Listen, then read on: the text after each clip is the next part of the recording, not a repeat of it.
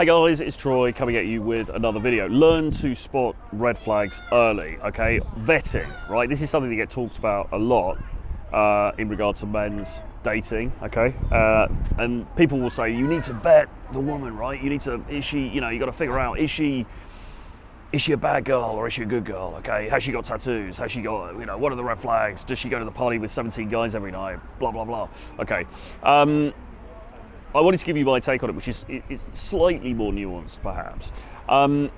Firstly, I wanted to say I think it is important, of course, to vet somebody that you're going to be spending significant time with, particularly if this is somebody that you're going to be getting into a relationship with. I mean, if it's just somebody that you're having like a casual fling with, like a one-night stand or something like that, I mean, to be honest, does it really matter? As long as she's not sort of carrying a knife or kind of, I don't know, psychotic or something. I mean, it probably doesn't matter to such a great degree, but certainly if it's somebody that you are entertaining as a potential girlfriend or, as I say, somebody you're just going to be spending more time with, then it becomes increasingly important. And of course, I think it's a no-brainer. Yes, absolutely. You should vet people that you bring into your life, whether it's a woman or whether it's friends or, the company that you work for or whatever, right? I mean, of course, absolutely you should do that.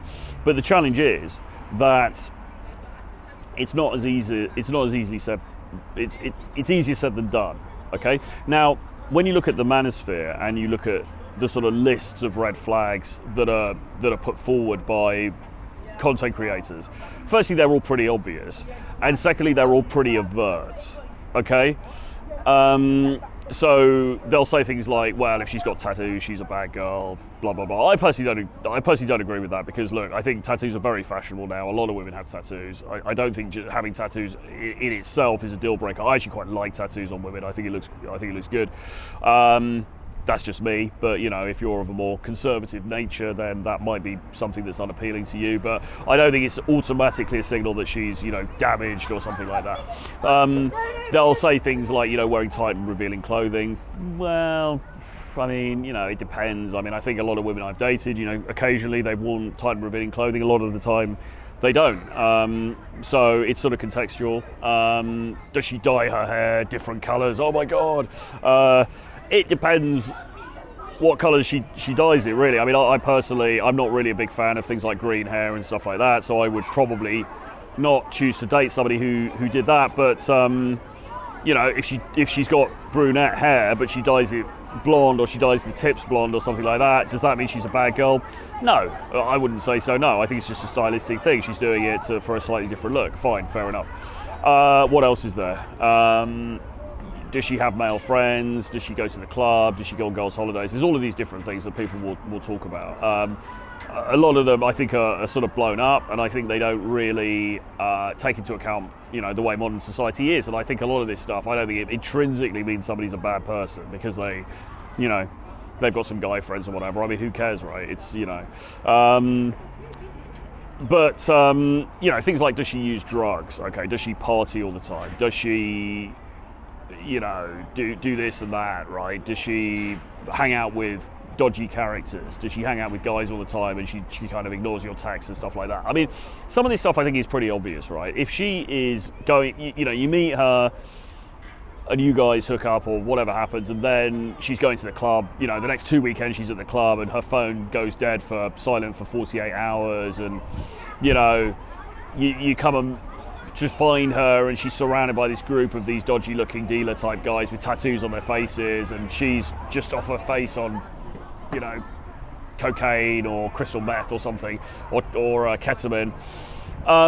Yeah, absolutely. I think that's a bit of a warning sign, and that's probably not somebody you want to you want to prolong it with, right? That's probably not somebody who's really suitable for a relationship. But I mean, come on guys, I mean, you don't need a manosphere content creator to tell you that, right? That's pretty damn obvious, okay? Where I think the issue comes is more, and that's a sort of extreme kind of example, right? That's a sort of extreme example of somebody with a lot of red flags. The likelihood is you're probably not going to meet that many women like that, and probably if none of those things are appealing to you, which I'm sure for a lot of guys they're not, then you're going to avoid her anyway, okay? Like I say, you don't need a manosphere content creator some bloke with a beard sitting in his studio somewhere to tell you that this is to be avoided, because it's a bit of a no-brainer. Okay, I think where it becomes more challenging, and this is going to be the majority of cases, okay, not the minority, it's going to be the majority of cases, is where things are much more nuanced, right? Because the thing is, we don't live in the extremes, okay? I mean, yes, there are people who are living very extreme lives. They're probably not compatible with us, okay, that's fine, but we already know that. What you're actually going to meet is more people who are in the middle, where, okay, you know, what if she's got one tattoo? What if she goes out every month on a girls' night out? What if she likes the club but she doesn't go anymore? Is that bad because she used to like the club, or does it not matter now because she, you know? So what you're going to get instead is these grey areas of things where it's like, okay, well, I've got to weigh that up against that, or I've got to sort of try to figure out, you know, is that still a problem or is it not a problem anymore? Does it matter? Does it matter to me as an individual? Because your standards or your expectations might be different to other men, okay, and go from there. And also, you know, just as human beings, we want to try not to be super judgmental, okay? I mean, yes, you have an absolute right not to get involved with somebody who is not, you know, on the same page as you, right? That's your right, that's absolutely fine. But, you know, I think this idea that, you know, there are bad girls and there are good girls, I mean, it's just nonsense, right? It's just nonsense. I mean, everybody has the capacity for good in them, everybody has the capacity for bad. What you will probably find is that there are some women, as there are some men, who are going to be prone to act out on the darker side of their natures less frequently than others, okay? And yes, obviously that's kind of what you want to look for, right? You want to look for somebody who's going to be less inclined to do something destructive in the relationship, obviously. But here's the difficulty, right? So guys, content creators will talk about vetting, and they'll talk about, right, it's super important, you've got to vet your woman before you consider a relationship with her. And I agree, as I say, I do agree. But it's very hard to do that definitively. And here's why. Because if you think about a relationship, a long-term relationship that maybe goes on for 5 years or 10 years or 15 years or 25 years or a lifetime, right? It's very, very hard. In fact, it's impossible to know within the first few months how somebody is going to react under pressure in a year, you know, in 5 years' time, in 10 years' time. You just don't know, okay? And people change over time as well. That's the other thing, right? It's not that people are these static kind of edifices, and how she is when she's 23 is going to be the same as how she is when she's 33 or 43 or 53, right? It's just not the case. And life experiences, you know, life obviously brings its ups and downs. They're going to change people over time. So this idea of vetting is problematic, I think. Obviously, you can do it to a point. You can do it to an extent. And I think the best that you can really do is go on gut feeling, and you get that sense of the person. Is this a good person or is this not a good person? And if you think fundamentally she's a good person, then that's probably as good as it gets. And she doesn't have any of those overt signals of unsuitability, then that's probably as good as it gets. But you have to recognize that it's not foolproof. You have to recognize that it's not a robust diagnostic that is definitive, because it just isn't, right? I mean, to the best of your ability, you can say, yes, I think she's a good person, I think she's solid, I think she's wholesome, I think she has my best interests at heart today, okay? Again, what happens in 10 years' time, what happens in 20 years' time is going to be very hard for you to know. So there has to be an element of faith here. And I'm not, again, you know, I'm not saying therefore vetting is nonsense. I think you should do it.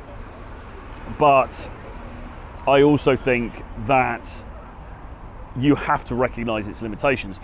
But in saying that, though, I do also think one thing in its favor is that you can certainly rule people out who don't live up to your expectations, okay? You can certainly eliminate people in the early stages. And this is something that you absolutely should be doing. And I did some content about this the other week, where I was talking about trying to change people, okay?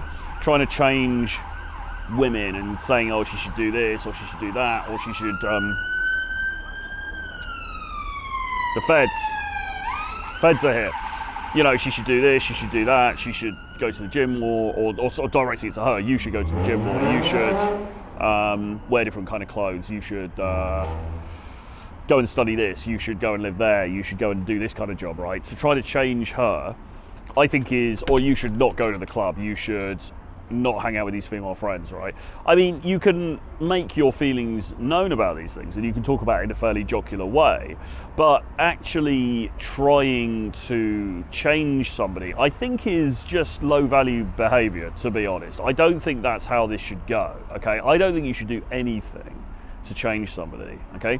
I think what you should do is observe them in the early stages of the relationship and see if they're the kind of person that you want to go with long term, right? See if this is the kind of person that you actually want to, you know, make a significant other in your life, right? And that's down to them. That's down to how they act and how they behave, and you'll be able to see that, right? Give them free rein. Don't yell at them and try to, you know, force them to be someone they're not. See who they are, and then decide if that's compatible with you or not, and then be prepared to walk away.